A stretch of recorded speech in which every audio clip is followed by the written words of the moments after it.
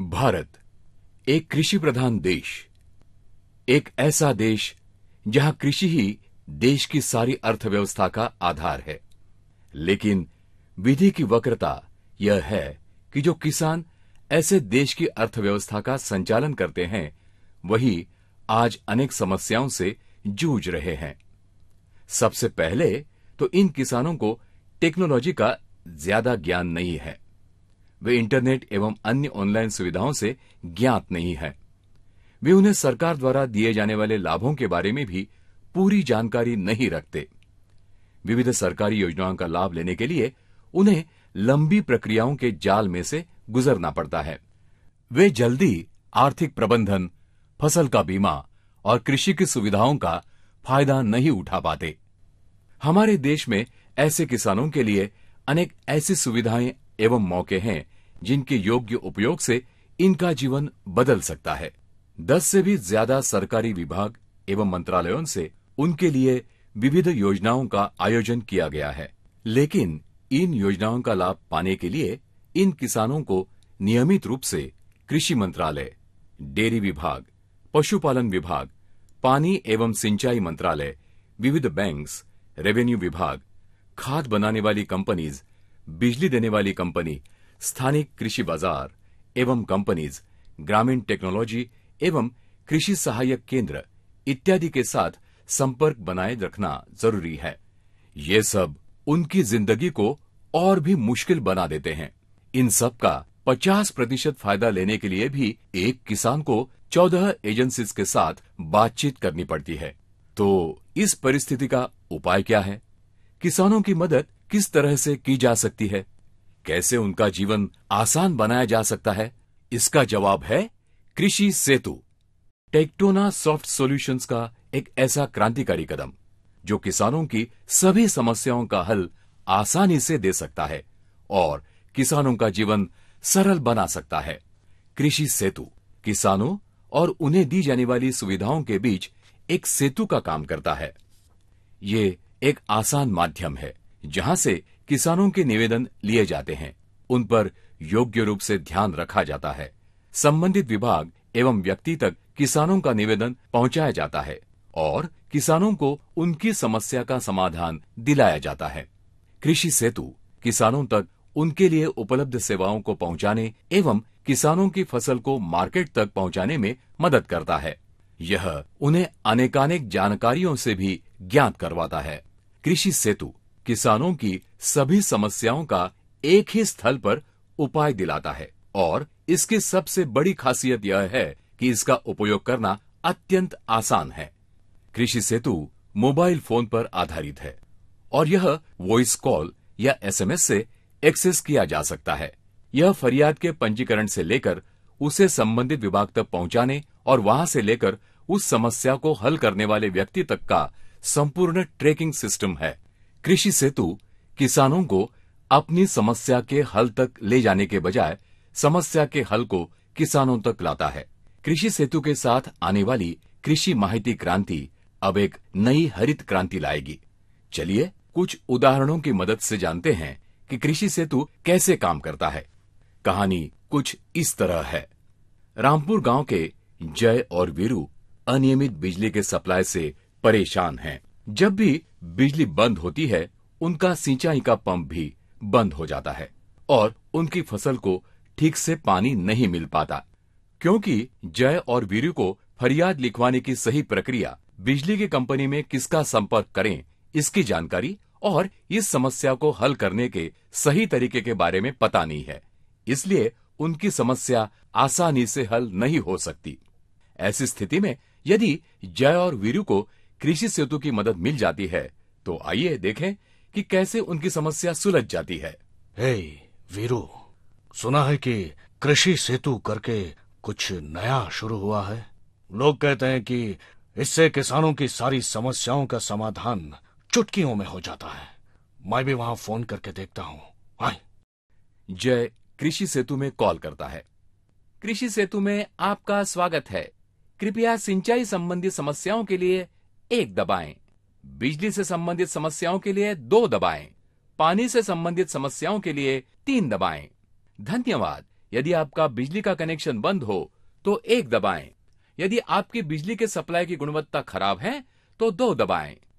धन्यवाद, आपकी फरियाद का पंजीकरण कर लिया गया है। आपको आपका टिकट नंबर भेज दिया गया है। कृषि सेतु में कॉल करने के लिए धन्यवाद।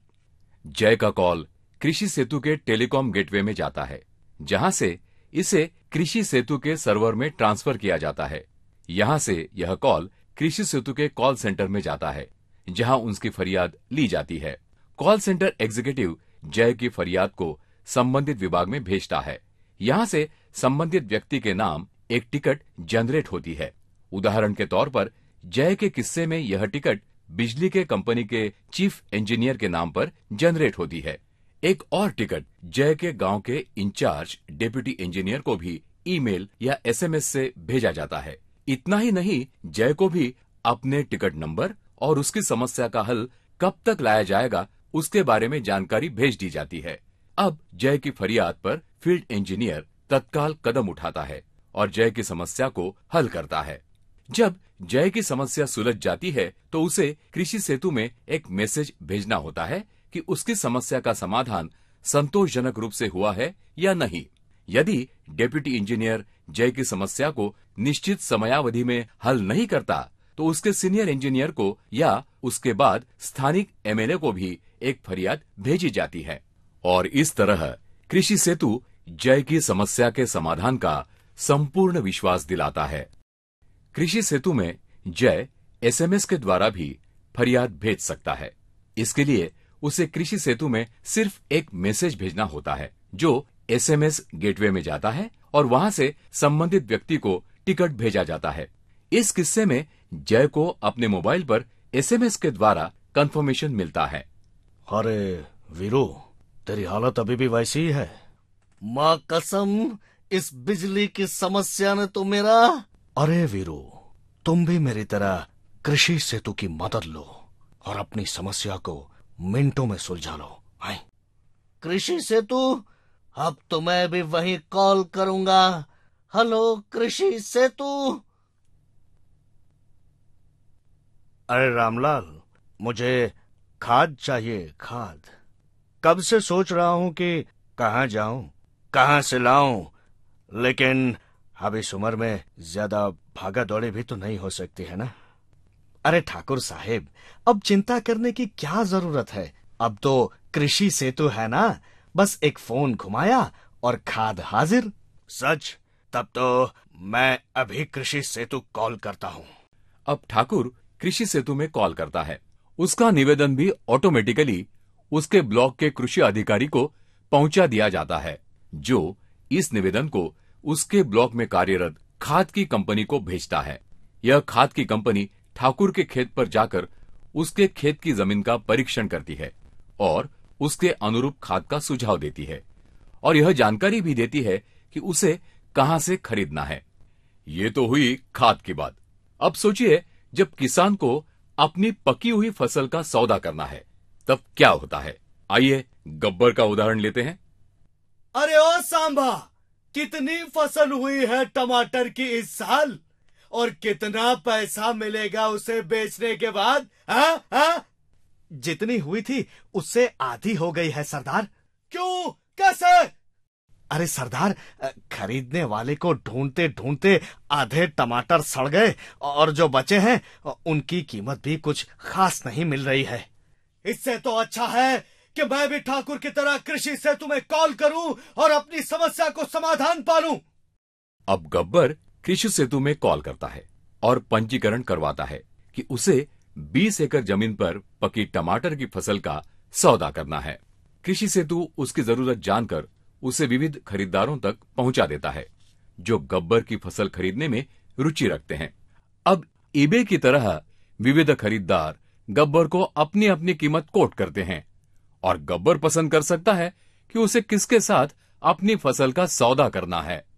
खुद मार्केट जाकर खरीदार ढूंढने के बजाय कृषि सेतु की मदद से मार्केट खुद चलकर गब्बर के पास आता है। अब गब्बर अपनी फसल का सौदा करता है और अच्छा मुनाफा पाता है।